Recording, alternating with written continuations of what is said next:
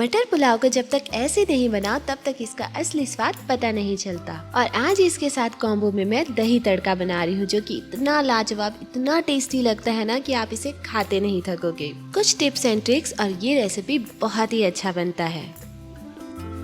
मैं महिमा मोजेस और मोजेस रेसिपी में आप सभी का स्वागत है। 1 cup long grain basmati rice लिया है यहाँ पर। इसे 2 से 3 बार पानी में धो लिया है और इसके बाद पानी डालकर इसे आधे घंटे के लिए सोक करके रखा है। सोक करने से बहुत ही अच्छा इवनली कुक होता है और अच्छा खिला खिला बनता है।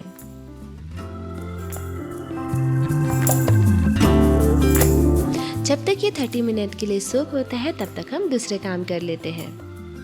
2 कप दही लिया है यहाँ पर मैंने। ध्यान रखें कि बहुत ज़्यादा पतला दही नहीं लेना है और ना ही तो खट्टा दही लेना है। अब दही को डालकर बोल में इसे अच्छे से विस्क कर लेना है। इसमें कोई भी लंप वगैरह नहीं होना चाहिए। अब दही को मैंने साइड रख दिया है और यहाँ पर सारे इंग्रेडिएंट्स मैं आपको दिखा देती हूँ। तो यहाँ पर मैंने प्याज लिया है, जिसे अच्छा स्लाइसेस पे मैंने कट कर लिया है। टमाटर लिया है, इसे मैंने बारीक चॉप कर लिया है। स्वाद अनुसार थोड़ा सा नमक भी यहाँ पर निकाल कर रख दिया है। फ्रेश धनिया लिया है, जिसे मैंने अच्छा बारीक चॉप कर लिया है। थोड़ा सा हल्दी पाउडर लिया है यहाँ पर। थोड़ा सा लाल मिर्च पाउडर यहाँ पर लिया। आप मिर्च को अपने अनुसार एडजस्ट कर सकते हैं, आपको जैसा भी पसंद हो वैसा। थोड़ा सा गरम मसाला लिया है यहाँ पर, अच्छी क्वालिटी का ले। अगर आप घर पर बना हुआ यूज़ करते हैं तो उसे भी ले सकते हैं। और इसके बाद यहाँ पर मैंने जीरा लिया है। जीरा यहाँ पर तड़के के लिए लिया है यहाँ पर मैंने। यहाँ पर हरी इलायची भी ले लिया है। हरी मिर्च लिया है यहाँ पर मैंने, जिसे अच्छा बारीक चॉप कर लिया है। और इसके बाद यहाँ पर मैंने लौंग भी लिया है। आप यहाँ पर तेल या घी जो भी चाहे ले सकते हैं, लेकिन अगर घी लेंगे तो इसमें बहुत ही अच्छा टेस्ट आता है। तो घी को भी मैंने यहाँ पर निकाल कर रख लिया है। अदरक लहसुन का पेस्ट भी यहाँ पर मैंने रेडी कर लिया है। तेज पत्ता लिया है, दालचीनी लिया है। बस इतनी ही चीज़ें मैंने तैयार करी है। और हाँ, यहाँ पर मटर के दाने भी मैंने छिलकर साइड में रख दिए हैं। इस रेसिपी को जल्दी बनाने के लिए सारी तैयारियां मेरे जैसे आप पहले से ही कर ले। यहाँ पर मैंने एक बर्तन चढ़ा दिया है और उसके बाद जो है मैंने यहाँ पर घी डाला है, जो कि 2 बड़े चम्मच है। घी जैसे ही गर्म हुआ है तो यहाँ पर मैंने एक तेज पत्ता डाल दिया है। इसके बाद यहाँ पर 2 हरी इलायची, 1 इंच दालचीनी का टुकड़ा भी यहाँ पर डाल दिया है। और इसके बाद यहाँ पर 3 लौंग डाल दिए हैं। अब जो है हम यहाँ पर जीरा ऐड करेंगे। जीरा 1 छोटा चम्मच लिया है मैंने। जीरा डालते ही अच्छे से जब क्रैकल हो गया है तो हमने इसे हल्का सा ऐसे स्टर कर दिया है। और इसके बाद हम यहाँ पर प्याज ऐड करेंगे। प्याज यहाँ पर मैंने एक बड़े साइज़ का लिया है, जिसे अच्छे से मैंने स्लाइसेस में कट कर लिया है। अब प्याज को हमें सॉटे करना है जब तक ये अच्छे से कैरेमलाइज ना हो जाए। और इसमें कम से कम 3 से 4 मिनट का समय लग जाता है और आप इसे लो टू मीडियम फ्लेम पर ही करें। तो ये देखिए, जो हमारा प्याज अच्छे से गोल्डन ब्राउन हो चुका है। तो अब हम यहाँ पर अदरक लहसुन का पेस्ट डालेंगे, जो कि मैंने 1 बड़ा चम्मच लिया है। तो हरी मिर्ची ली है, जिसे अच्छा मैंने बारीक चॉप कर दिया है। अब हमें इसे सॉटे करना है तब तक जब तक कि जो अदरक लहसुन है उसका जो स्मेल है वो चला ना जाए। और इस प्रोसेस में कम से कम 1 से 2 मिनट का समय लग जाता है। और जैसे ही अदरक लहसुन का रॉ स्मेल चला जाए तो इसके बाद हम यहाँ पर टमाटर ऐड कर देंगे। टमाटर यहाँ पर मैंने एक बड़े साइज़ का लिया है, जिसे अच्छे से मैंने बारीक चॉप कर दिया है। और इसके साथ ही मसाले भी इसमें ऐड कर देंगे, जैसे कि यहाँ पर मैंने आधा छोटा चम्मच हल्दी पाउडर, 1 छोटा चम्मच लाल मिर्च का पाउडर और स्वाद अनुसार थोड़ा सा नमक ऐड किया है। अब हमें टमाटर को अच्छे से मिक्स कर लेना है और इसे सॉटे करना है जब तक कि जो ऑयल है इससे सेपरेट ना हो जाए, टमाटर अच्छे से सॉफ्ट ना हो जाए। और इसमें कम से कम 3 से 4 मिनट का समय लग जाता है। तब देखिए, जो टमाटर है उससे ऑयल सेपरेट हो चुका है, मतलब टमाटर अच्छे से सॉटे हो गया है, सॉफ्ट हो गया है। तो अब हम यहाँ पर मटर ऐड कर देंगे। मटर भी यहाँ पर मैंने 1 कप लिया है।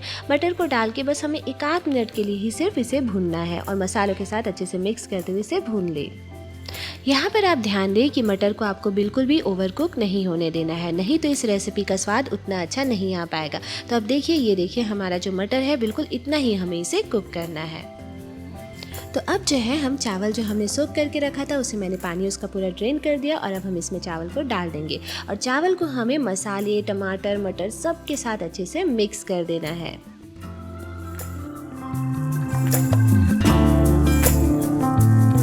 चाहे कोई भी पुलाव हो, अगर उसे अच्छा बनाना है ना तो उसमें सही मात्रा में पानी डालना होगा। तो यहाँ पर मैंने 1 कप चावल लिया है और मैं यहाँ पर सिंपल रेशियो बता देती हूँ। 1 कप चावल के लिए यहाँ पर 2 कप पानी मैंने ऐड किया है। लेकिन आप कौन सा चावल यूज़ कर रहे हैं, चावल की क्वालिटी पर पानी की जो क्वांटिटी है वो डिपेंड करती है। तो आप जो भी क्वालिटी का चावल यूज़ कर रहे हैं आप उस हिसाब से पानी उसमें ऐड कर दें। अब चावल को हम कुक होने के लिए छोड़ देते हैं। इसमें कम से कम 10 से 15 मिनट का समय लग जाता है। तब तक हम अदर और काम कर लेते हैं। पैन में एक बड़ा चम्मच घी लिया है और जैसे ही घी गर्म हुआ है तो यहाँ पर मैंने एक छोटा चम्मच सरसों डाला है। सरसों के क्रैकल होते ही यहाँ पर एक छोटा चम्मच जीरा डाला है। जीरा के क्रैकल होते ही यहाँ पर मैंने आधा छोटा चम्मच मेथी दाना लिया है और इसके बाद यहाँ पर मैंने दो सूखी लाल मिर्च डाल दिया है और इसके बाद यहाँ पर एक छोटा चम्मच उड़द दाल लिया है और थोड़ा सा चुटकी भर यहाँ पर हींग डाला है। अब हमें इसे थोड़ा सा स्टर इस तरीके से कर लेना है, थोड़ा सा फ्राई करना है जब तक कि जो उड़द दाल है वो थोड़ा गोल्डन कलर का ना हो जाए। तो ये देखिए जो हमारा उड़द दाल है हल्का गोल्डन कलर का हो गया। तब यहाँ पर मैंने एक मीडियम साइज़ का प्याज लिया है जिसे अच्छे से बारीक चॉप कर लिया और इसे मैंने डाल दिया और इसे हमें सॉटे करना है, सिर्फ थोड़ा सा ही ट्रांसलूसेंट हो जाए तब तक। जब प्याज अच्छे से ट्रांसलूसेंट हो गया है तो एक मीडियम साइज़ का टमाटर लिया है जिसे अच्छा बारीक चॉप करके मैंने यहाँ पर डाल दिया और बस हमें टमाटर को थोड़ी देर के लिए सॉटे करना है जब तक कि जो टमाटर है अच्छे से सॉफ्ट ना हो जाए। अब यहाँ पर फ्लेम को लो कर देना है क्योंकि यहाँ पर हमें मसाले ऐड करना है और नहीं तो मसाले जल सकते हैं। तो यहाँ पर मैंने आधा छोटा चम्मच हल्दी पाउडर, एक छोटा चम्मच लाल मिर्च का पाउडर डाला और स्वाद अनुसार थोड़ा सा नमक। मसालों को मिक्स करके थोड़ा सा भून लेना है जब तक कि इसका कच्चापन चला ना जाए और उसके बाद हम फ्लेम को ऑफ कर देंगे और मसाले को अच्छे से ठंडा कर लेंगे।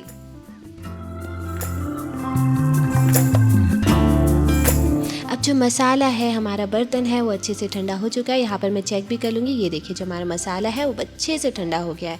अब हम यहाँ पर दही ऐड कर लेंगे। दही को डालते समय हमेशा ही मसाला जिसमें भी आप डालें उसे आप ठंडा कर ले। इससे क्या होगा, कर्डल होने के चांसेस बहुत कम रहते, नहीं तो जो हमारी दही है वो फट भी सकती है और सारा टेस्ट खराब हो जाएगा। जो तड़का हमने तैयार किया है ना, आप चाहे तो इसे डायरेक्ट दही में भी डाल सकते हैं या तो दही को तड़के में भी डाल सकते हैं, लेकिन यहाँ पर मैंने पैन में इसलिए डाला है ताकि जो तड़का है कुछ भी वेस्ट ना हो और सारी चीज़ें अच्छे से मिक्स हो जाए। थोड़ा सा धनिया पत्ता यहाँ पर डाल दिया है और यहाँ पर ध्यान दें कि जब भी आप दही में चम्मच चलाते हैं तो बिल्कुल हल्के हल्के हाथों से आराम से चलाएं, नहीं तो जो कर्डल होने के चांसेस है ना वो रहते हैं।